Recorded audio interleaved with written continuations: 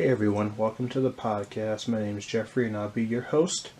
Today is our part 2 of our early anti-slavery churches in Illinois.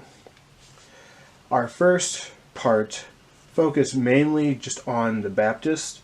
We talked about the Friends of Humanity and their reach, and then we also talked about the German Baptist Brethren, or the Dunkards. Today we're going to do 3 more early anti-slavery churches to finish out the part 2.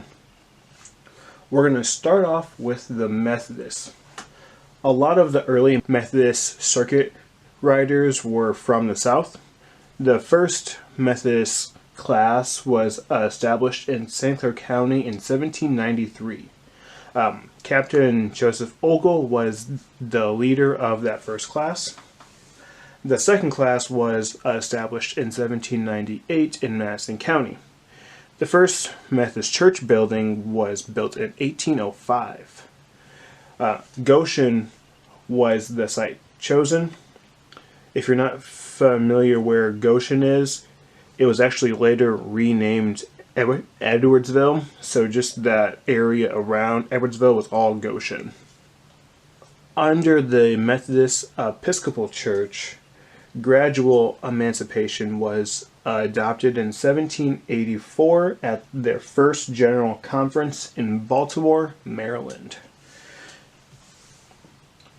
So, obviously with the gradual emancipation being adopted on the East Coast, that translated to the Western territories as well. And so the Methodists who were coming to the Northwest Territory and eventually Illinois had some of those same conceptions of gradual emancipation. There were stipulations to how gradual emancipation worked. It's kind of confusing, so I'm going to try and break it down just a little bit. Hopefully I can get it concise too. If the preacher gave notice to a member of the congregation to free their slaves in states where it was illegal, they had to follow what the preacher said. They also gave age ranges on when slaves had to be set free for the gradual emancipation to work. It's broken down into a few different categories. So it starts with 40 to 45 years of age immediately, 25 to 40 immediately or within the course of 5 years, 20 to 25 years of age immediately or at the age of 30 at the latest. Those who are under 25 will be released when they turn 25 at the latest. Every newborn shall be freed immediately on its birth. So those are just some basic breakdowns of how they thought gradual emancipation should work. Pretty much you either can release them when you're told at the very beginning, or you have 5 years. But it all depends on when the church told you to emancipate your slaves. If an owner disagreed with this gradual emancipation, they had 12 months to withdraw from the church if they disagreed. So I imagine that some early church members probably disagreed and left the Methodist church. But these rules weren't in place for very long. The first conference slavery rules that I just mentioned were met with a lot of controversy and were suspended at the next conference 6 months later. So they really didn't even have time to really take effect for this gradual emancipation. The Methodist Church took a softer stance on slavery and decided that owning slaves was not a big enough sin to exclude a person from the church. My guess is that there's probably a lot of uproar from members of the church who did own slaves, and they wanted to keep members in the congregation so their church would grow. We see by 1808 each conference was allowed to determine their own stance on slavery. There were a lot of steep divisions on ideologies within the church on slavery, race, and other theological points that caused several splinters in the denomination. Other sects of the Methodist Episcopal Church rose throughout the 1800s. We see a lot of different Methodist sects growing, and I'm just going to name a few of the more prominent ones. The African Methodist Episcopal Church, which is the AME. The Wesleyan Methodist Church, which is very prominent. Most states have a Wesleyan university now. Protestant Methodist Church, Methodist Episcopal Church South, and then Methodist Episcopal Church North. Those are some of the main branches of the Methodist denomination.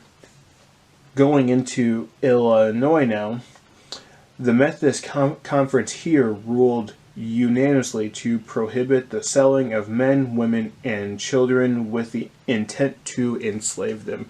So they took a lot stauncher approach to some of the slavery stances than their counterparts on the East Coast and the South.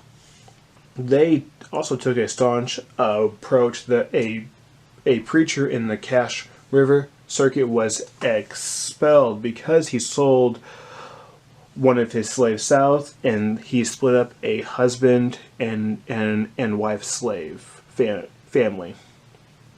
So they were very gung-ho early on trying to eliminate the practice of slavery in the form of like the slave trade. In the 1850s, the Southern Illinois Conference was established, and they had a different tone about anti-slavery. Many of the members were against slavery and abolitionism.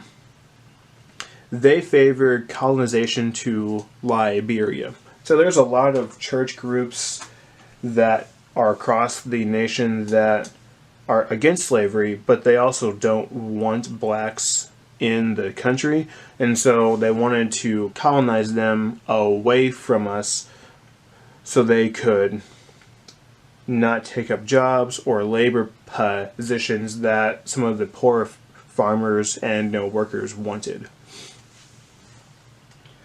Some members of the Southern Illinois Conference did speak out more clearly about slavery and its sinful nature. Some of them joined the Illinois legislature to further moral persuasion. So we see this steep division between some sects. That's why each conference was allowed to establish what they wanted to do for slavery themselves, because there was a fierce division between several camps. So the Methodists were primed to favor anti-slavery, but they also, some of the sects favored just getting rid of the blacks out of the country altogether. So that was our first group of the podcast. Our second one is the Society of Friends. If you're not sure what the Society of Friends is, you might know them as the Quakers. The Quakers' ideology, they wanted to live plainly and believed everyone was equal in the sight of God. So they take a more staunch approach to slavery and the will of God. They stated that male, female, black, and white were all the same. The first Quakers arrived in southern Illinois in 1811. Most of these families came from Kentucky and North Carolina. Some of these Quakers established a settlement of free blacks in 1828. While they were in Illinois, there is documentation that they achieved in legally freeing one slave whose name was Harry. Harry was indentured to Owen Evans. Harry was sold to pay debts owed to a Quaker widow, and then that widow set him free not long after the debt was paid. So we see the Quakers taking action, just like some of the Methodists did, in trying to do moral persuasion and actually going to the courts to actually free slaves or servants. Some of the Quaker families from the North Carolina region settled in Crawford County, Illinois. On their journey west from North Carolina, they stopped in Indiana to gain certificates to join the Honey Creek meeting in Vigo County, Indiana. This meeting was near Terre Haute, or Terre Haute, however you want to say it, which lies across the Wabash River. Crawford County was just on the other side of the Wabash, on the border of Illinois and Indiana. The Quakers in Crawford County took a stance that was similar to the Baptist Friends of Humanity. They would not fellowship with any slave holders and disciplined its own members for conducting in the slave trade. Later on, some of those members were dismissed from the Crawford County Quakers because they sold slaves in North Carolina. So ever before coming to the Northwest Territory, Indiana, and Illinois, they still had to pay for their sinful nature that they did prior to coming to the free territories. So that was just a quick bit about the Quakers. They eventually started growing, but their staunch to being pacifists and they don't want war still stands now, and they still take the stance that all men, women, children, and whatever skin color you have, they think we're all the same in the sight of God, and only He can really judge us. Our last group for this podcast are the Reformed Presbyterians, or the Covenanters. Reformed Presbyterians were most known in southern Illinois for being abolitionists. Their stance on being opposed to slavery began in 1800. Members were forbidden to own slaves for any reason, and slave holders were denied communion with the Reformed Presbyterian Church. They also aided in the Underground Railroad when it was established later in the 1800s. They also did not recognize the United States as the legitimate government, since it did not recognize Christ as king. So they didn't mind doing the Underground Railroad since it was illegal in the U.S., but they also didn't find it was a legitimate government. Most of the time, Covenanters didn't even vote in the elections in the state. One of the exceptions to that happened in Illinois when the 1824 Constitutional Convention wanted to make Illinois a slave state. So they thought that cause was big enough for them to actually vote in an actual election, even though that they didn't find the U.S. an actual governmental body. One Presbyterian congregation was established in Bond County, about 4 miles north of Greenville, and called themselves Shoal Creek. Greenville and Bond County are east of Edwardsville and Madison County, if you're not sure where Greenville and Bond County are. Most of this congregation was from South Carolina, who moved out of the state because they were abolitionists, and as you know, South Carolina was a staunch slave state, so they found it hard to be abolitionists in a southern state. One member of the congregation was William M. Stewart, who became a leading abolitionist in the state and the United States. The Presbyterians had Shoal Creek, eventually merged with another Presbyterian church. Bethel Presbyterian Church was another church in Bond County that split off from Shoal Creek in 1825. This church became one stop on the Underground Railroad for slaves freeing to the north in Canada. Their anti-slavery viewpoints were not always welcome in Bond County. They would often get rocks or eggs hurled at them after giving anti-slavery stances in church. Bond County was a predominantly conservative county at this time, as were most counties. And so having those viewpoints were not always accepted. One of the other first Presbyterian influences in Illinois was created in Randolph County near Kaskaskia between 1816 and 1818. Many members of this congregation took to illegal means to help free blacks from bondage. They also helped on the Underground Railroad. Other Presbyterian churches were established in Clinton County and Washington County, which are eastern counties from St. Louis. One of the most famous Reformed Presbyterians in the state in our area was Elijah P. Lovejoy, who used his newspaper to speak out against slavery.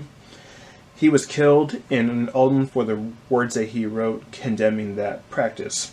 So there are three different church groups that took a definitive stance against the practice of slavery and servitude in the state. Once again, most of this information comes from Darrel Dexter's book, Bondage in Egypt, Slavery in Southern Illinois. And I'll once again put his information in the description and a link to his book. So with our second part coming to a close, we talked about 5 unique church groups that were very anti-slavery in the viewpoint of a very conservative and pro-slavery time. I hope that you enjoyed this podcast. I hope you all are staying safe and healthy, and we'll talk to you next time.